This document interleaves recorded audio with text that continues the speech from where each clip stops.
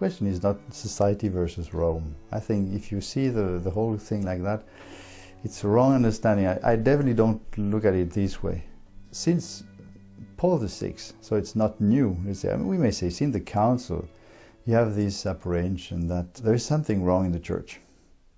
A movement, strong movement, which is going astray, which is no longer, let's say, giving the Catholic line, but from people who are in position, and so who give the impression it's the Catholic Church. Many people have an understanding of the Council, which is a wrong understanding.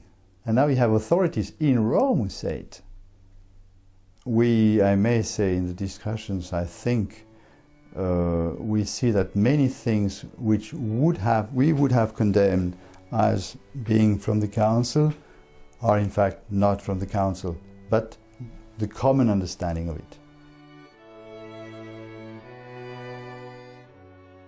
Religious liberty is used in so many ways, and looking closer, I really have the impression that not many know what really the Council says about it. The Council is presenting a religious liberty which in fact is a very, very limited one, very limited.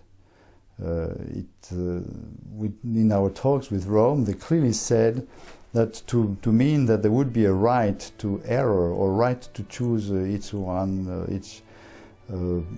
religion is false. Conflict situations are not from today. The Church had to deal with them a long time ago already. What she requests from the states and so on is not new. And so we have no problem with the act, let's say, requesting this freedom for the Church and, let's say, being in the Middle East, being now in the States and so on. It's rather which principle is invoked to do it. We would argue that there might be another principle which will be more accurate to justify the action, which was called before tolerance. We have to profess our faith, we have to show it, we are not supposed to hide it, but in certain circumstances, just life tells us that we better bow down. If there is a time of persecution, for example, nobody is obliged to provoke the opponent or the persecutor. Just in itself, the best situation is when you have the whole society which is going the same way. It also helps to unity, to peace, to everything. And of course, religion is a major part in the human heart. And if you are one in the religion, it helps to have this peace. And I may say, well, that's the commandment of our Lord to His Church. We have to go to all nations and teach them what our Lord said. Now, when you are in a situation which is a mixed situation, which is, let's say, the reality, I would say, well, that's not the ideal, but that's the situation in which you are. And that's, let's say, where you have to do your job, your duty as a Christian. So you have to give this witness to the others. You must try to help them. We want everybody to have that wonderful happiness of heaven, and trying to bring them to this knowledge. If you think of what happened to them during World War II, they do consider, let's say, the Christian position towards them as the cause of what happened to them, which we claim that's wrong.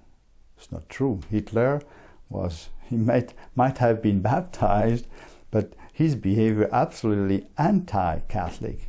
It was not the Catholic behavior which he followed by doing what he did. And I think it's not fair to put the burden of what happened to them then on the Catholic Church. If you look what Pius XII did for them, talk about 700,000 Jews would have been saved by the Church, by Pius XII. But when you see all the comments on the Jewish side about Catholicism, you see this antagonism, which does not come first from the Catholics. I don't think so.